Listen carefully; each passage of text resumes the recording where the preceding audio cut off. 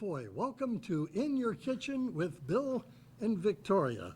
Victoria Allen joins me, and she's been in the catering business for several years, and we're going to be talking about holiday tips for your holiday party. And Victoria, good to have you with us. Thank you, Bill, and welcome. And thank you for welcoming me to your show. Well, thank you for joining us. You know, people right now, as we're doing this program, it's at the end of October, but right around the corner, we've got Thanksgiving, we've got the Christmas holidays, as well as New Year's. I call it the trifecta of holidays. Absolutely. And so people are wondering and, planning for their holiday party. What are some tips that you can provide since you've been in the business for many years? 25 years. Wow. I don't want to give away my age. And you're only 23, right? Yes. Okay, yes, good. Yes. We want to get that established right here, right now. So let me approach it a little differently. Instead of asking for good tips, what are some of the more common mistakes that people make? That's actually a very good question. Some of the most common mistakes are failing to plan. Because if you fail to plan, you are planning to fail. Okay. Makes Remember sense, that. really. Remember that. If you're failing to plan, you're planning to fail. Because planning is the key element to any good function. And to even throughout our whole lifestyle, everything that we do, our day, when you get up in the morning, the first thing you do for the day, for me, it's pray. That's what I do. That's just me. However, when it comes to party planning or event planning, I've got calendars. I have calendars on the side of the refrigerator. I have a giant one. I have a calendar on my phone. I've got a calendar on my computer. And I like to write things in longhand. So my greatest suggestion is get a large calendar if you're a busy person. If you're medium, get a medium. If you're a really busy person, I suggest going to an office supply store and getting a really large calendar. And I just put it wherever it's convenient, on the side of the refrigerator, or if you have the back of a door or something, and write on it, fill in your dates, think about it, and write it in pencil because things change. Since I have a lot of events, and I have a lot of persons that are asking, are you available on this time? And when I say I need to check my calendar, I really do, because I have a good memory when it comes to photographically, but as far as remembering the actual time that it happened, I will remember a picture of it. I'll remember a picture of your face. I'll remember what we ate, what I wore, but I have to write down the particulars. So planning.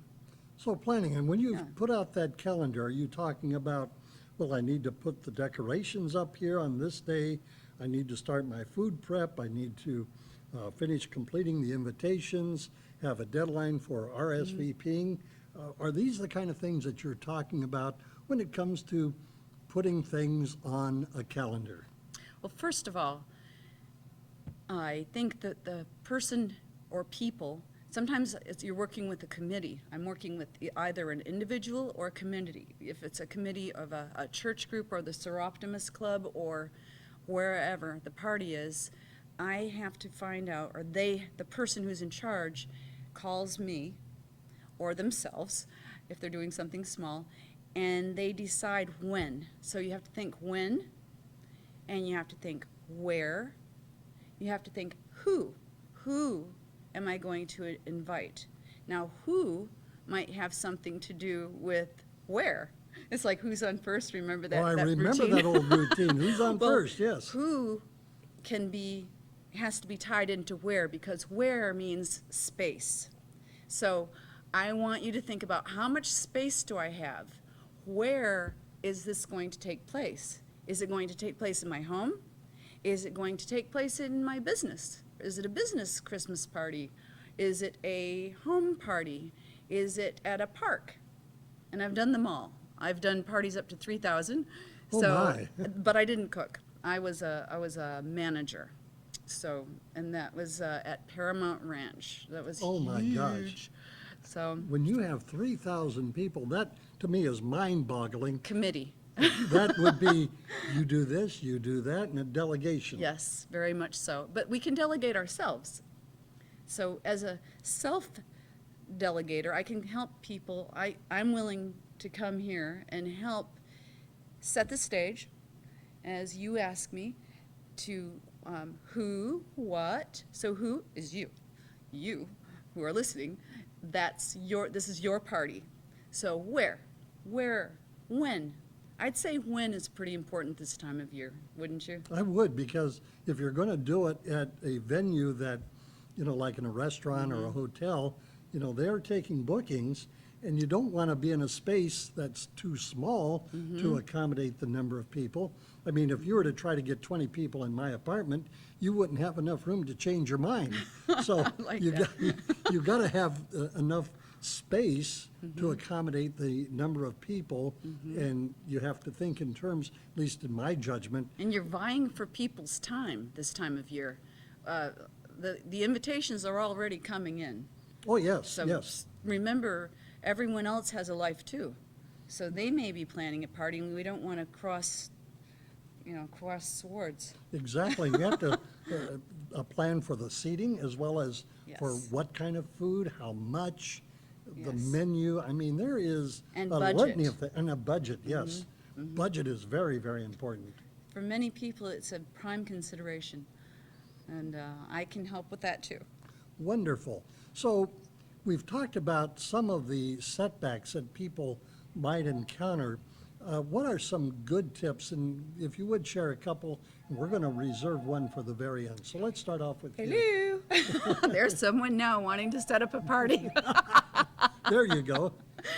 So what are some of the good tips? Yes. Some of the best things that I could come up with was, like I said, I'm going to decide I want to have a party on December 12th. So the very first thing I'm going to do, and the next thing I'm going to do, I'm going to get a piece of paper and I'm going to write down, I want to have it at home. And I want to see, I think I can fit 25 people in my home scattered around. I'm going to invite 25 people. So I make my invitation list based on where. And if I don't know where, then today or tomorrow, if you're listening, tomorrow, start making some phone calls and find out what's available. So first you have to know what's available. Is this date available? Am I available? Are most of my friends available on that time? So remember to think about what is available as far as your time, what's available as far as your financial budget, and what can you do about it, which I will also share what you can do about financial hardship and thinking, oh, I can't have a party because I don't have enough money. And the biggest thing that I think a lot of people have complained to me, I never get invited to a party, and I said to them, well, how many parties have you given? And they said, well, I can't. I don't know how, or I don't have enough money. I don't have the space. Well, that's not true, because you can have a potluck. Your friends can bring things. I do that all the time. We have a Tuesday night dinner arrangement with a group of friends.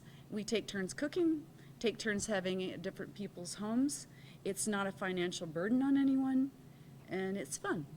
When you think in terms, and this is a good topic, when you think in terms of doing potlucks, what are some of the better dishes to bring to a potluck that will be enjoyed by one and all? And I'm not talking about rushing out to, the local chicken house. No cheating, yeah.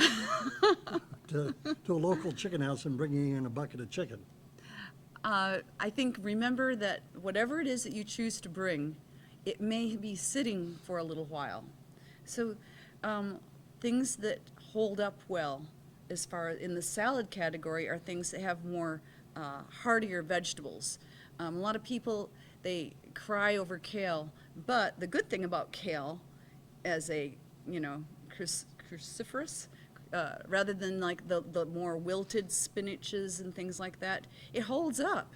Cabbage holds up, and you can marinate them, and they still hold up. They're actually better the next day. So if you're the salad person, that's it. If you're the bread person, then make sure that whatever it is that you bring is make a small variety. Don't overwhelm with too much. Specialize on what you do best. If you are the best, if you make the very best carrot cake in the county, and people say, please bring your carrot cake, or please bring your potato salad, bring your potato salad. If you make the best potato salad, find out how many people are coming, and remember portion, may I? Sure. Portion control. Portion size is mathematical. Remember, if you are worried about, I never know how much to make, remember, if there's 12 people coming to the party, pick up your plate, put some on there, and say, that's about 3/4 of a cup. So you do math. If you can't do math, use your calculator, and then you'll find out how much you need to make. Okay? Any other No, ideas you'd like? that's a great suggestion, and I know that potlucks are very popular. People like to bring all kinds of goodies, and it could be cookies, it could be cakes, it could be spaghetti, it could be other dishes that will hold up and have a good shelf life there at the party, and that's one thing. And then, of course, you don't want to duplicate things, and so you might assign people like A through Exactly. A through a D, you bring this dish, E through whatever, and so on and so forth, so you have all your bases covered. How many of you have ever went to a party where everyone brought like 5 of the same thing? It's like going to a wedding and everyone brought toasters. Same thing at a party. That's why delegation is important. Well, even with the bridal parties, that's why they have registries now where you have a list of things that you like to have for your house, and so as they are bought at this particular store, they're checked off, and the same rule of thumb can be applied for a potluck. Absolutely. I encourage people, the sooner that you RSVP, the sooner you get your choice of what to bring. And if you do evites, which are online, you can even do it. They have a thing called evite, and it can all be written up. It's a great thing to do. You can send out invitations via email, and then you can have the sign-up list attached with it. And then you can also RSVP and say how many people are currently coming, and see how many people have declined. And there is a box to press for each one, and it's great. It's the modern invitation. All right, so let's transition a little bit if we could. All right. Our next major holiday in this trifecta that I call it, Thanksgiving, Christmas, New Year's, is Thanksgiving. Halloween is not really a time. I mean, you have Halloween parties. And even for the adults, you have Halloween parties. But the next real big one is Thanksgiving. Yes. And so you've got traditionally a turkey or a ham or some other big dish that was going to be divided among several individuals. Do you have any tips for cooking a turkey? Myself, I'll share you mine, and you can share yours. I like to take the bird and slather it in peanut oil, making sure that none of my guests have a peanut allergy. Good point. And slather it in peanut oil. I'll invert it, put a tin around it, of aluminum foil, and I'll cook it that way. About the last hour that I have it in the oven, I'll take it off, remove the tint, invert the bird so now it's breast side up, and it comes to be this nice golden brown, just like out of Good Housekeeping magazine. Me hungry. Well, mine is I tried this 2 or 3 different years, and I soak it in buttermilk and lemon juice. And I have fresh rosemary bushes outside my home, so I stuff the bird like the Julia Child's thing. Ooh, You yes. just stuff it till it can't take it anymore.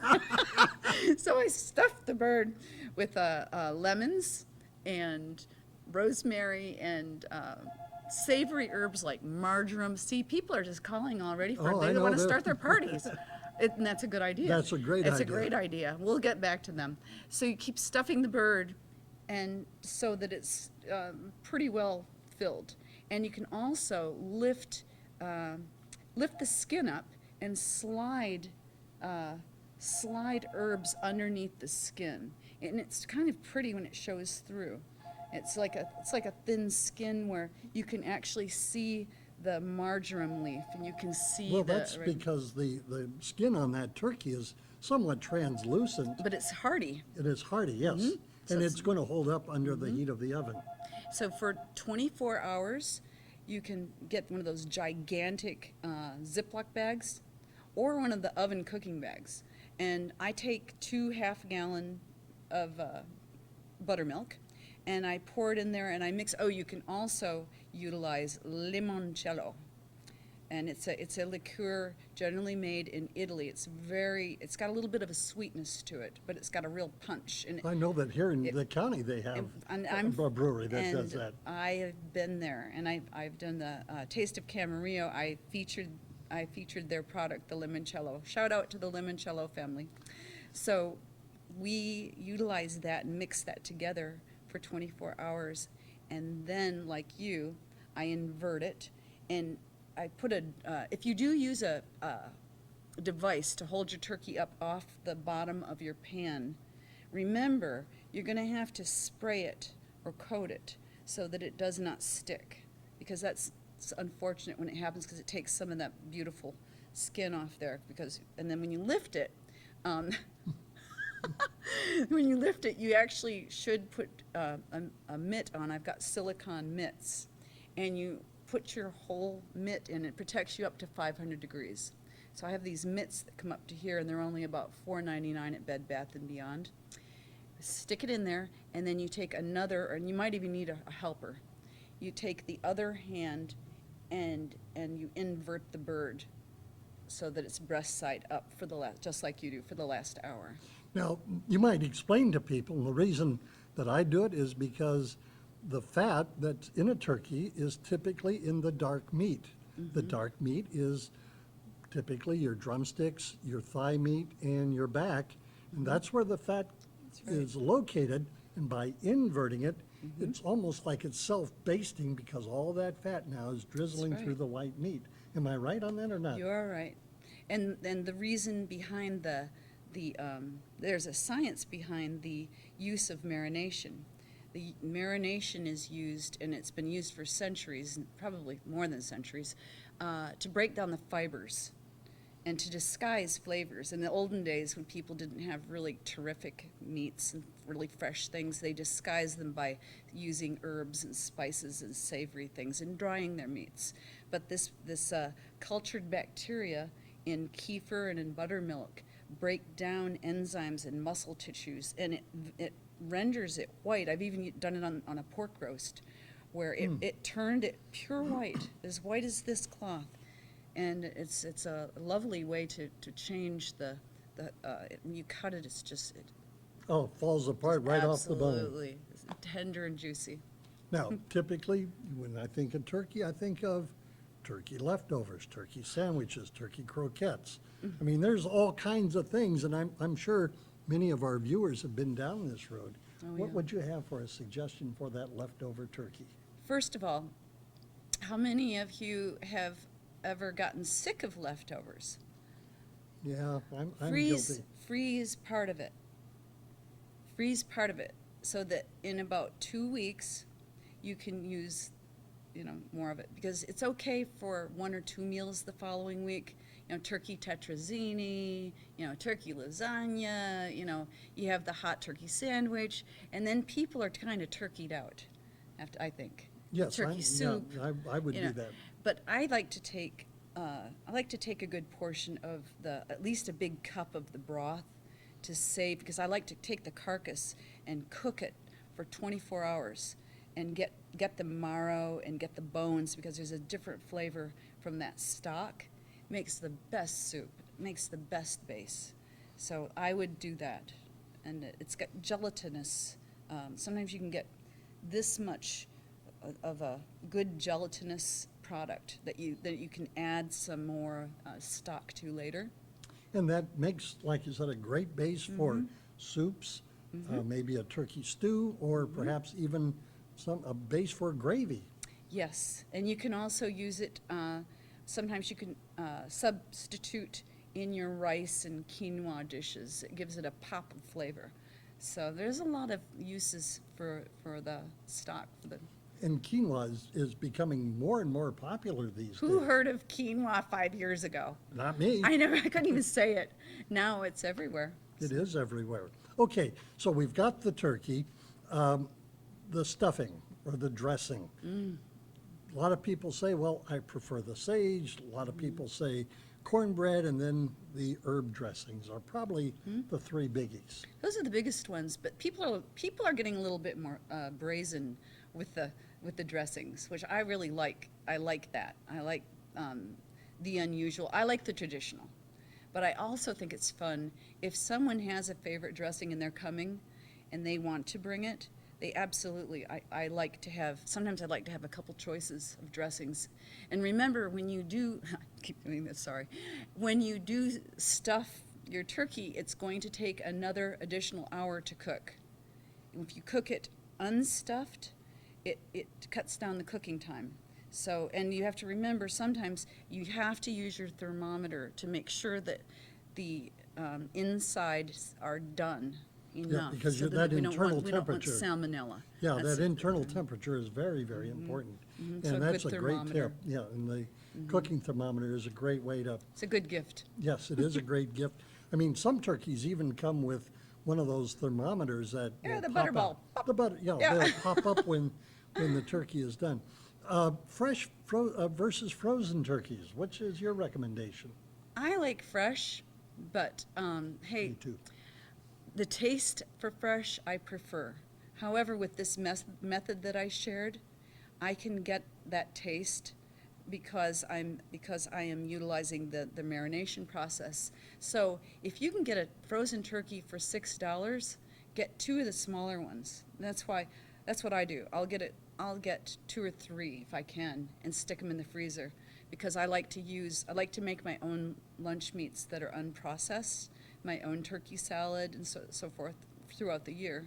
And it keeps in your freezer for about 3 months. But for that special day, you definitely, if you can get a fresh turkey, get a fresh turkey. If you can't, please make sure your turkey is thawed Yes. before you Very important. have it in your refrigerator for at least 3 days. If it's a medium-sized 15-pounder, 3 days. That means Thanksgiving's on Thursday. Your turkey should be in the refrigerator by Monday, right? That's right. Well, I Okay. like the fresh only because you can Just- take it home from the store, And put it cook in the refrigerator overnight, a couple of days, boom, bing, bang, boom, it's in the oven, you're all set. And you can plan that ahead too. Call your butcher, Vaughn's even, and you can say, I want to pick up my fresh turkey on Such and such a day. Wednesday.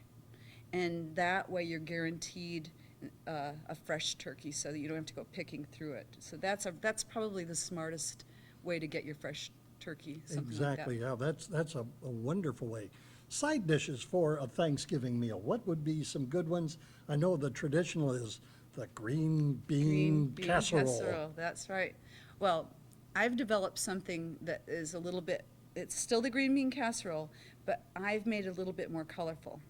And I like to put the 3 colored peppers in there.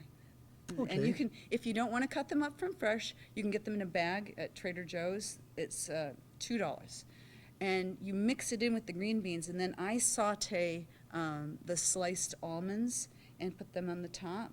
Ooh, And then I make my own sauce, but you don't have to. You can use a can, you know, the old mushroom soup can. If you want to do it that way, you can. Or you can send me a message, and I'll gladly share how to make some typical white sauces. That's one of the great things of any vegetable dish besides beans. For side dishes, people kind of want those traditional, so many times when I try something new, I've had people say, well, where are the candied yams? So I will make a small thing of the candied yams, but I also want them to try this new kind that's a little bit less calories. Well, with the yams now, I'll get sometimes I'll go with the fresh, but typically the canned because it's a lot easier. It is easier. And I'll drain off the excess liquid and I'll mash them up, add some brown sugar to them, and then I'll layer that out in a pan, top it with some marshmallows and some walnuts. Yes, that sounds really good. And once again, remember to, if you can also take little cards, and I fold them over and I write on there if there's something that's a potential allergen in front of the dishes, and I had to learn this as a caterer. In front of the dishes, just say this contains peanuts, this contains walnuts, this contains, tell them what it is. It only takes a few minutes. Well, that comes back to my thing with taking the turkey and putting it in, and splathering with peanut oil. Why peanut oil, you ask? Well, very simple. Peanut oil has a high viscosity. It doesn't burn at a low temperature, say like a butter, margarine, or other forms of oils. Am I right? You're right. And I've just found at the farmer's market, at the Oxnard farmer's market, avocado oil. Ooh. $20 for a great big bottle, and I've been using it. I got the lemon kind, but they've got a garlic kind, a lemon kind. It's got such pungency. I made a lemon cake with avocado oil instead of using butter. Oh, wow. Wow, and then I grate the rind into it. And I do that on vegetables too. So that the lemon oil, and I make it on salad. It changes it. It's great. That's wonderful. Now we're coming down to the end of our time together. So I'm going to bring out a feature we're going to call Victoria's Secret, not associated necessarily with the company with that name, but it is a secret. And let's talk about desserts. What is a good secret behind a good dessert for Thanksgiving? Richness. Ooh. Richness. I think that this is not a time to think about calories. I think that the more decadent, the better. At least 75% of people love chocolate. The other people, I think they must be allergic to it. I don't know, So I may make myself make that, but I happen to have a signature thing that I make, and it's a pie. It's a family recipe that I improved on for my mother, and it's a special extra deep dish apple pie with cranberries in it. So you've got and I put lots of cinnamon, I put lots of cloves in it, and not as much sugar as you might think, and a little bit of real butter, and I mix it up, and it's got that pungency to it, and it's colorful. And you cut it open, you see the cranberries, and real cranberries rather than the dried. You can use dried, but the fresh cranberries are so beautiful, and it gives it that nice little, that zing at the corner of your, right there. Yes, yes, yes. Oh my gosh. Well, listen, this has been absolutely wonderful. And the next time we're going to have you on, and from this point forward, we're actually going to be going into the kitchen and creating some dishes, and we look forward to having you back real soon. Thank you very much. Now, It's I my would be pleasure. remiss, Victoria Van Allen is her name, and she does a podcast with Mercury Broadcasting, which .net. is out there. And so if you would please give us the web presence for your podcast, and we'll go from there.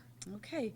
Simply Entertaining with Victoria at www.mercurybroadcasting.net. And my Gmail address is victoriavana1, so it's VICTORIA1 at gmail.com. Wonderful. Victoria Van Allen has been with us. You've been watching In the Kitchen with Bill and Victoria. Look forward to seeing you next time here on the Heritage Media Group. Thank you. Thank you.